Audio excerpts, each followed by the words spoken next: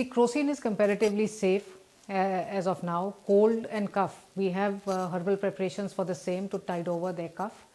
But coming to the antibiotics and the others is absolutely a professional advice. I would always advise a pregnant patient, in case she has fever which is transitory, has taken paracetamol, has subsided over a period of time, it's fine. But in case it is persisting and she is requiring paracetamol over a period of 24 to 48 hours, I think it's high time to get back to her doctor for consultation.